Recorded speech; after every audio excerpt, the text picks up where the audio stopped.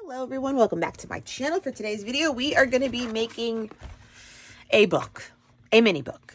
I have bought this tool a while ago actually, and it's still been sitting on my desk. It is the book cover guide by We Are Memory Keepers, and we're going to make this and then hopefully get in some pages. I'm nervous, but we're going to learn together. And if we learn together, that way you hopefully will learn from my mistakes. So we're going to be using the Fancy Pants Everly Lane, which is kind of this whole, if you saw the unboxing, collage feel anyway. So I thought making a little mini journal could be a good way to utilize it, and then either, you know, put some memories in it, or just use it as a journal, like an off journal. Or just a collage-y kind of area where I get to put in some of these random motifs in the collection. So we're just gonna play. This is meant to be a learning experience and see what I can make in the future. But we're gonna play with this one because I wanted to, because it's colorful and fun, and it would be in essence a rainbow book, which was what I liked about the collection. So I kept a cereal box for the chipboard that is needed. I am thinking we're just going to make it like a 4x6 size with a 1-inch spine. And maybe it doesn't even have to be 1 inch. That way I can use the entire 12x12 sheet of paper, because I think if it's 4, that's 8, 9 for the, and then you can see like there's space on the sides and the gap. So I think the whole length of the 12x12 will be just fine. So we're going to cut this one down to 4x6. Then for the book cover, so it has to be like this, and then it gets wrapped around. I was looking at this side of the pages to see which one I wanted to use. So, you know, we have a horse or some of the balloons. The balloons actually worked good with the horse. The green is fun.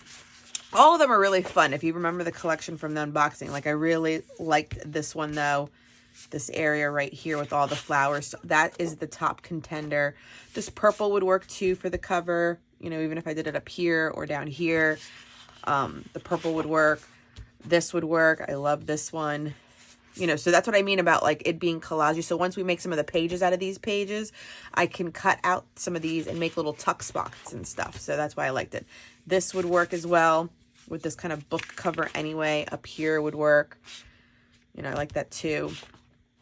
But you know me, I'm always a pink girl. Anything, you know, this pink would work too. Yeah, so these two, I really like the pink. The purple would work too. So this is just me being picky and picking out whatever I want my cover to be. That's cute. And we'll go from there. So overall, all we have instructions for with this thing is how to make the cover, which is okay. Because then I'm just thinking I will take pages and score them so that they're like 1 inch, and then like probably 3/4 of an inch, 1/2 an inch, and then one little one, so that way I can just glue them all on there and have a bunch of pages, is my mindset, just because I don't know any other technique at the moment, and I really want to try making this cover.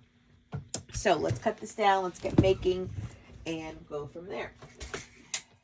Okay, so the first step I did was you got to figure out how big you want your book. And so you cut down your cardstock, chipboard, whatever you have. Like I said, I cut out a cereal box, and I made the covers 4x6.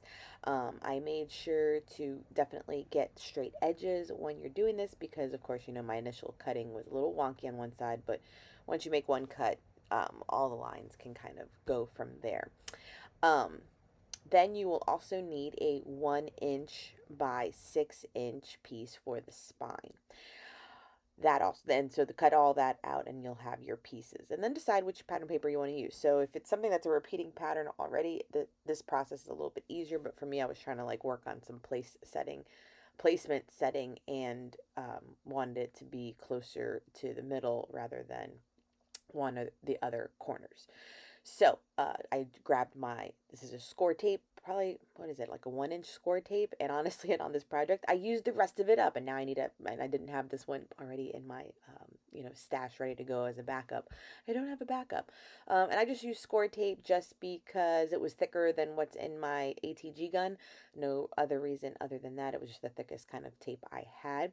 And the tool is good, as you can see, to give you the perfect placement with the thinnest portion for the spine area. area, and then you saw me use the right angle corner to make sure it was on properly for the beginning cover sheet too.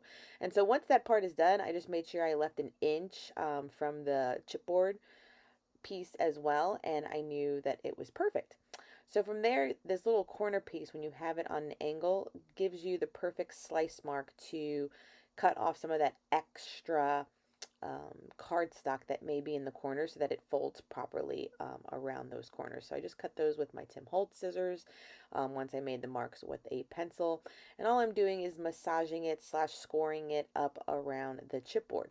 For the areas around the spine, I am doing just a tiny little, I think it's called a dart, but it's like a V dart. I know it's like a thing done in patterns and stuff to give it more like a contour.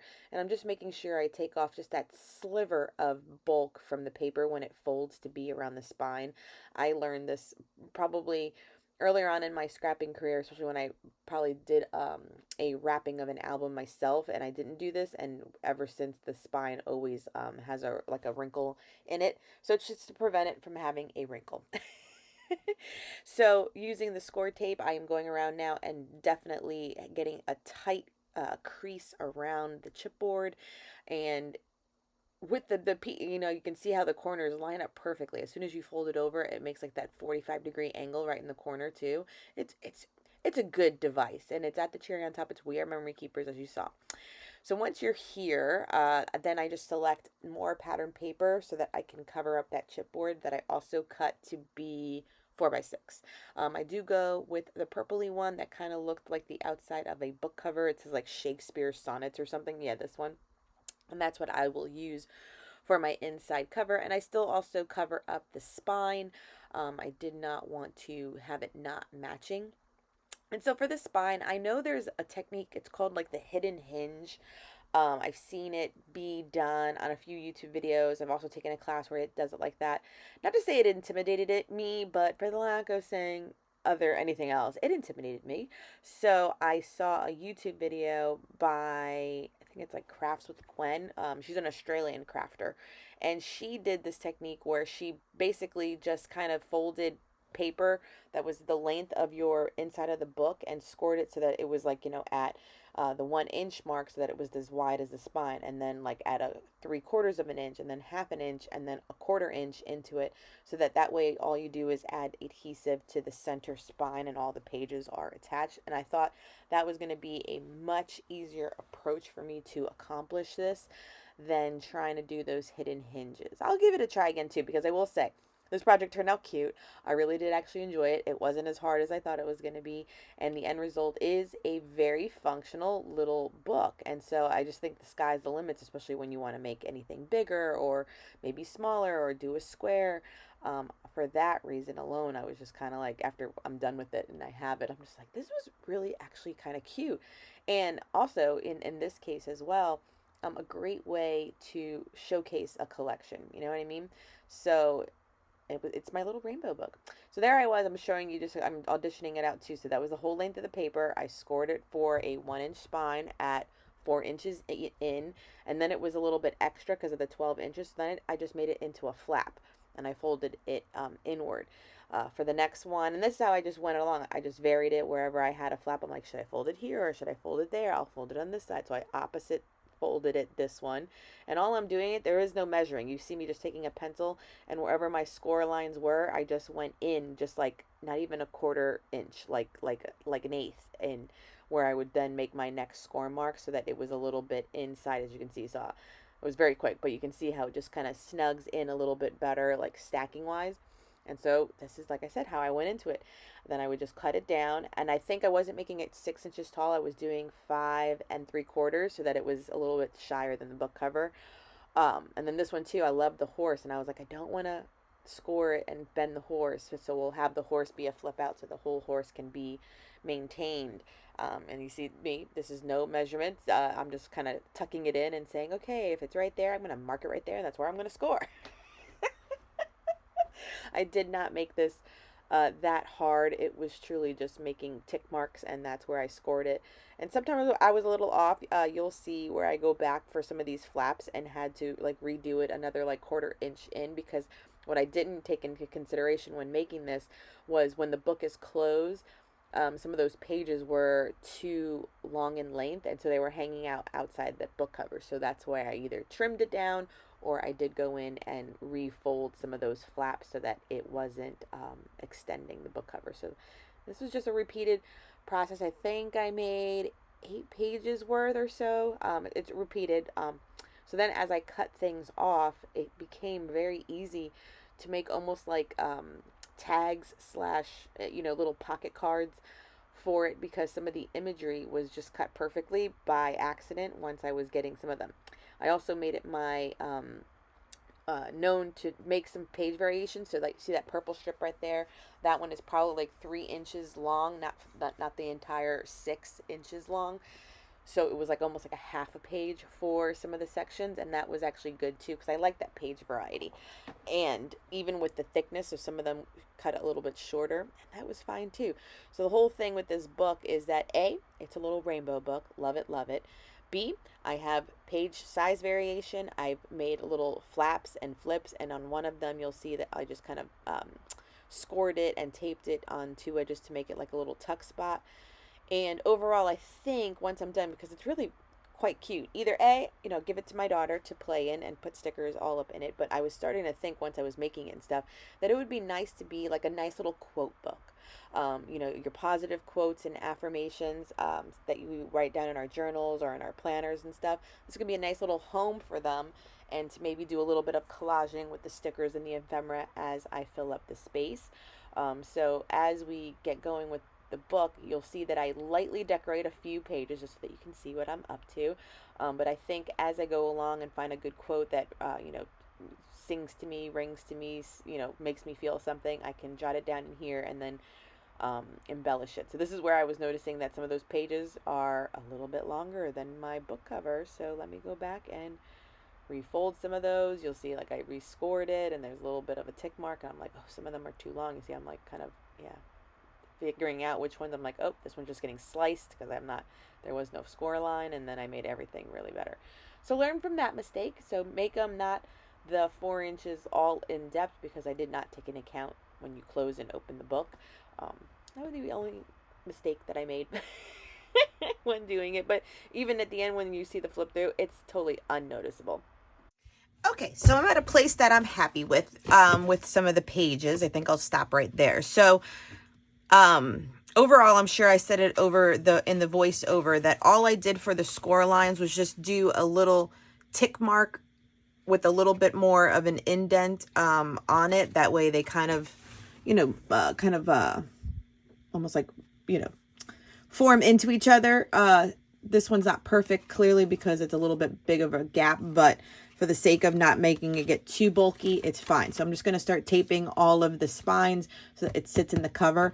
And then the only thing as I'm sitting here wanting to do, and I had it pulled because it's on the side, was to add a ribbon closure between the papers when I did it. So keep that in mind when you make it. So if you want a ribbon closure before you put on the page to cover it, it was the idea to have it. So I might just do something different now, like on the side.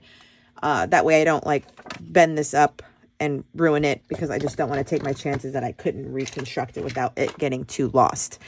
So I will start now gluing the spines together so that they're in there. And then some of these leftovers are great for, like I said, those little kind of tip-in spots that we can have. So I'm going to make like a few pockets.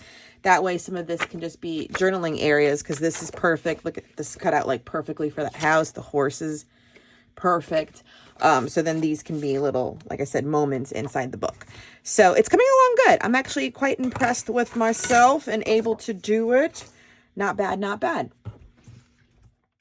Okay, so last parts now that I am going just to, what am I doing? I'm taping in all of the pages. So I do it one by one. And like I said, I will embellish very lightly. I do a couple of the pages, as you'll shortly see, where I am just going to make either a pocket out of vellum, or I'll make a little tuck spot with, you know, a corner of a page, and do 1 or 2 pages that have a few clusters on them, just so that you can kind of see how you can use some of the ephemera into some of the areas. Like I think I make a belly band and stuff so things will fit. So I did keep those cards. The horse was fantastic to use, and that little one with the yellow like beach house was perfect. And in my attempt to still use ribbon on this, I am making it for the cover, but I'm first finding a piece of acetate that kind of looks like lace ribbon that I'm using underneath it. So since that one was kind of minty green, I'll use more of the light pink and do a little bit of a bow and cut down the little legs of the bow. And I didn't like glue this one on, so it can be manipulated a little bit to move closer to the top or closer to the bottom. I also had like a mint green ribbon, but I decided not to use it. I think I audition it again, you'll see it. So then I'm just trying to stack up layer up a couple of embellishments. I liked both of the frames layered together, some of the flowers, a stamp over another lace doily, and then to really decide on one of the sentiments from the collection on those foam thickers to use for the cover. I did go with Some Kind of Wonderful. Yeah. I thought it was, you know, a little pleasant sentiment for the cover, and I'm just clustering down one of the purple doilies, a flower at the top, a stamp, and then I go back to, I think off camera, and add in a few of the enamel dots and stuff, but right now you just don't see that point when I'm adding in that decorative element. Oh no, here I am. See, I always forget what gets filmed and what doesn't, because I kind of do some things off to the side. And so then, like, I'm just going through it. I'm just like, well, what should I put on? You can see me, like, thumbing around. I'm like, okay, if I decorate it a lot, I don't know how I'm going to use it. I'm like, and then I'm coming up, I'm like, I should just do quotes. But then if I do quotes, I don't want to block up too much of the page, the page, because then I won't have enough to fit a quote. I was like, so really I can't decorate too much. But there was a few, like this long, real purple ticket that I used, and I put tape on that doily only on the bottom and right side edge so that it was a little tuck spot. And then I put a little, flower there. And then I'm going through the rest of it. I'm just like, should I decorate another one? What else can go cute? And I'm like, oh, this little piece of paper, because I loved it, was purple.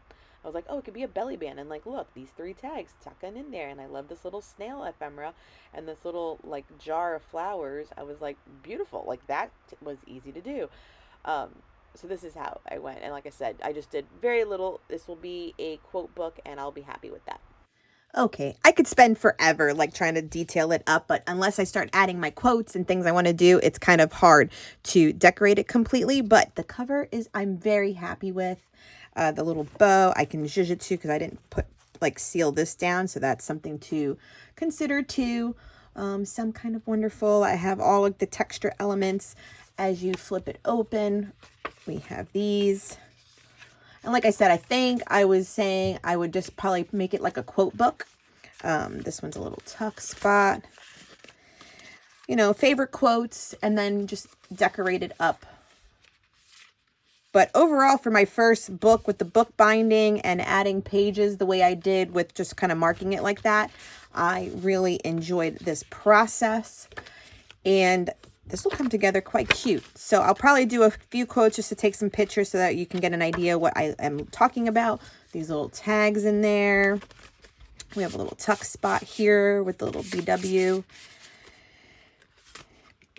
I put the glue there, and that this way, this one can be a whole little moment.